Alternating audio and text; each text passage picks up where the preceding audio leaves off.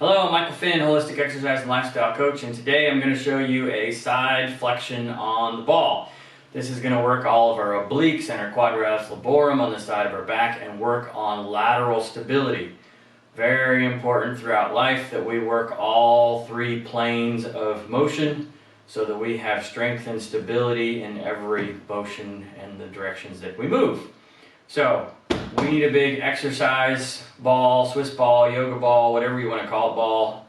Okay, something big enough to where when you sit on top of it, your hips are actually ever so slightly above or at the same height as your hip, just kind of like this ball is for me. Okay, we also need something like a wall or something to anchor our feet with. Okay, so I'm going to turn sideways. I'm going to have the ball away from the wall a little bit so that I'm going to lay sideways on the ball. So I've got my right hip on the ball, my right foot is in front against the wall, and my left foot is in back against the wall. So I'm kind of like in a split stance and I'm leaning on the ball with my elbow. So the best way to know that you're in a good position is where your bottom rib is right here at the top or the apex of the ball. That's how you know you're in a good spot. So that's the best place to start from, at least. Make sure that you have some traction underneath your ball, so that's why I've got a yoga mat down, so that the ball doesn't slip out from underneath you when you come up to the top part of the movement, okay? So you can have some bend in your knees. The back leg is typically kind of to help keep your balance, so if you feel like you're gonna roll off the ball backwards, push more with your back leg. If you feel like you're gonna roll off the ball forward, push more with your front leg, and then you'll stay balanced on top of the ball. And with enough practice, you'll get really good at all this kind of stuff. I kind of live on these balls, so it's pretty easy. So, with this, there's lots of different ways that we can do this, so I'm going to go through a handful of variations as I do this exercise.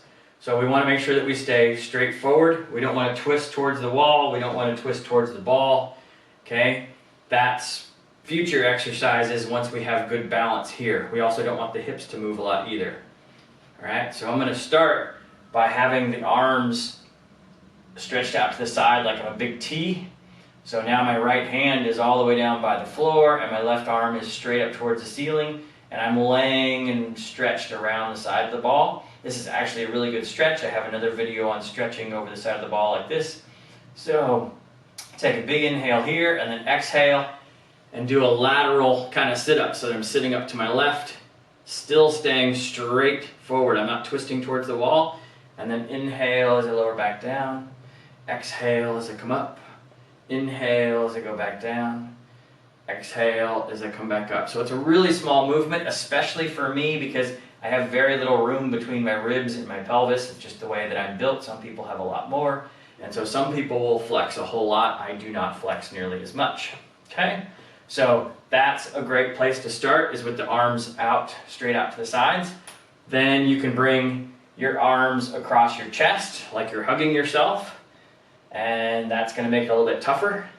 You can take the fingertips just behind the ears without holding onto your head, because we don't want our head jutting forward while we're doing this either, and that's going to make it a little bit tougher. And then if you really want to challenge yourself, you can go arms all the way stretched out straight over your head and going that way. And that way you're really going to work all of the muscles on that side of the body.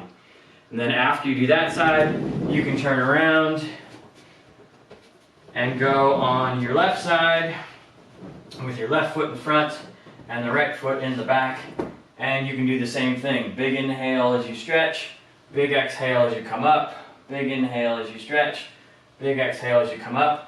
And there's all your variations. There's your big T position with your arms straight out to the side.